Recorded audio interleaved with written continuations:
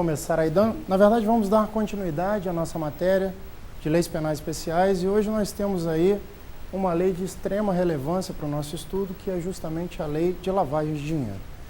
A lavagem de dinheiro, como todos sabem, e aí vale a pena o lembrete do que nós estudamos durante a graduação, ou que ainda estão estudando, alguns, né? Ela está prevista na Lei 9.613 de 98, que é justamente a lei que regula o Instituto da Lavagem de Dinheiro.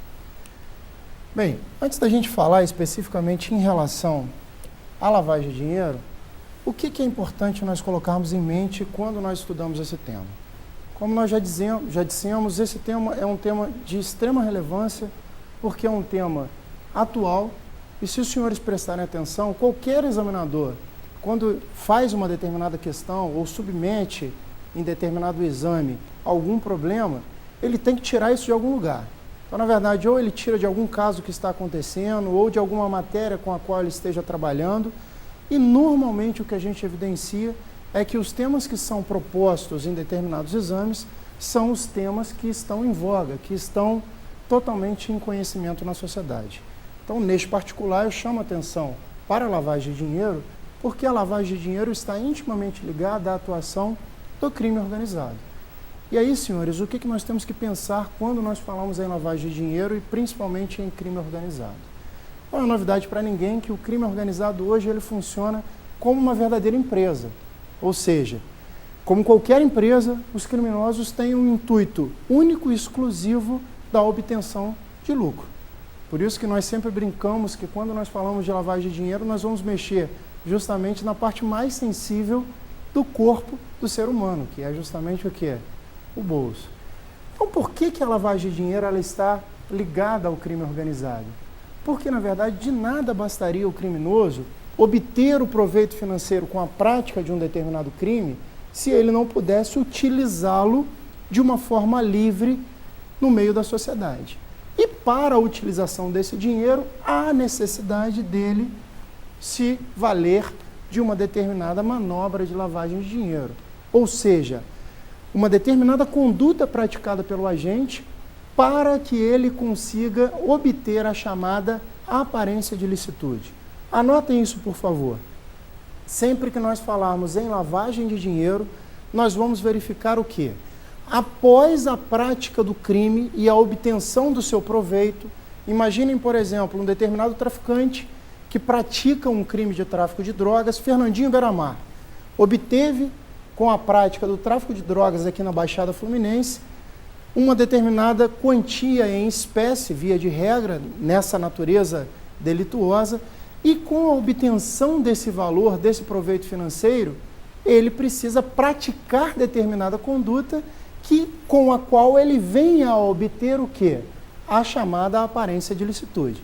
Então imagine que a grana que ele consegue obter com a prática do tráfico de drogas, ele planeja, como isso de fato aconteceu em um determinado caso prático, ele planejou inserir esses determinados valores em determinadas contas correntes de familiares e pessoas que estavam a ele vinculadas. Com isso, ele criou uma manobra para ocultar ou dissimular o quê? A origem espúria, ilícita desse proveito financeiro, tendo por finalidade, e é aí que eu chamo a atenção de vocês, buscar o quê? Uma aparência de ilicitude. Então anotem, por favor, sempre que nós falarmos em lavagem de dinheiro, nós vamos ter a prática de uma determinada conduta após a obtenção do proveito financeiro do crime antecedente, com a intenção de se obter a chamada aparência de ilicitude.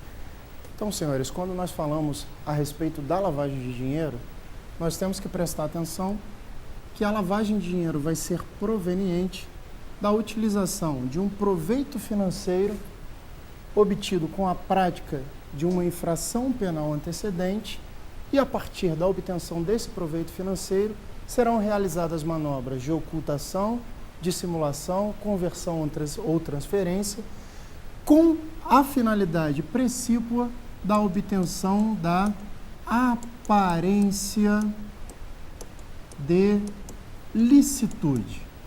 Por favor, anotem essa expressão que é de extrema importância para o estudo do tema. Uma coisa que eu gostaria de chamar a atenção dos senhores é justamente quando nós falamos a respeito dessa expressão infração penal. Na verdade, como os senhores sabem, essa expressão infração penal, ela surgiu com a edição da Lei 10.826, agora de 2013, e ela veio estabelecer justamente uma modificação no artigo 1º caput da Lei 9.613. Com a redação original, nós tínhamos que caracterizaria a lavagem de dinheiro, a ocultação ou a dissimulação de bens, direitos ou valores que fossem de alguma forma utilizados com essa aparência de ilicitude que eu falei com os senhores. No entanto, com a Lei 10.826 de 2013, nós tivemos a modificação da redação de forma que a expressão infração penal entrou no lugar da expressão crime, que justamente trazia junto no próprio artigo 1º um rol de crimes antecedentes que poderiam ser caracterizados os crimes com os quais o proveito seria um objeto da própria lavagem de dinheiro. Então, hoje, o que nós estabelecemos como efetivamente lavagem de dinheiro? É a utilização de um proveito financeiro da prática de uma infração penal antecedente, por exemplo, tráfico de drogas, tráfico de armas, terrorismo, sequestro, crimes contra a administração pública e outros. E aí eu chamo a atenção mais uma vez, infração penal como gênero que tem espécies, crimes ou delitos ou contravenções penais. Por que isso é importante? Era uma brecha que nós tínhamos na legislação. A legislação anterior não abrangia as chamadas contravenções penais. Então, por exemplo, de acordo com a legislação anterior, não era possível a prática da lavagem de dinheiro com o proveito financeiro, por exemplo, de contravenções penais do jogo do bicho e jogo de azar, a exploração de caça-níqueis que nós vemos aí diariamente em vários locais. Hoje não. Hoje nós temos a lavagem de dinheiro da prática de qualquer infração penal que gere proveito financeiro. Preste atenção nisso, gente. Talvez eu esteja aqui prevendo uma questão de prova, porque, na verdade, é uma questão muito atual, que era uma brecha legislativa que veio a ser corrigida com essa alteração da Lei 10.826. Então, na verdade, o que nós vamos ter na lavagem de dinheiro? Nós vamos ter a prática dessa infração penal antecedente,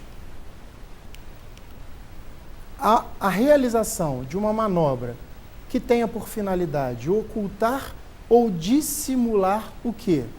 A origem espúria desses bens, direitos ou valores, com a finalidade precípua de se obter a aparência de ilicitude. Então, se nós falarmos isso e conseguirmos colocar esses conceitos em mente, nós matamos toda a questão relativa à lavagem de dinheiro. Basicamente o quê? A obtenção de um proveito financeiro, a prática de uma conduta de ocultação ou dissimulação, com qual finalidade? Se buscar a aparência de ilicitude. Isso tudo por quê, senhores? Porque nós precisamos, com a utilização deste instituto, interromper o fluxo financeiro do crime. E aqui nós puxamos justamente o link para nós começarmos a analisar a adoção das medidas assecuratórias e, basicamente, do perdimento de bens no âmbito da Lei 9.613, e aí recordando alguns conceitos que nós também vimos na parte processual penal geral, quando trata das chamadas medidas assecuratórias. Visto isso, o que nós vamos analisar aqui agora? Basicamente, como funcionam as medidas assecuratórias de acordo com a normativa do Código de Processo Penal. As medidas assecuratórias no Código de Processo Penal estão previstas aqui nos artigos 125 a 144. E a primeira coisa que nós precisamos obedecer, gente, e na verdade recordar para que nós entendamos esses institutos de uma forma adequada, são os chamados efeitos da condenação. Os efeitos da condenação, eles estão previstos no artigo 91 do Código Penal. E basicamente são dois, do inciso 1º e do inciso 2º. No inciso 1º nós vamos ter como efeito da condenação a chamada obrigação de indenizar. E, como segundo efeito, a perda em favor do Estado. O que significa isso, gente?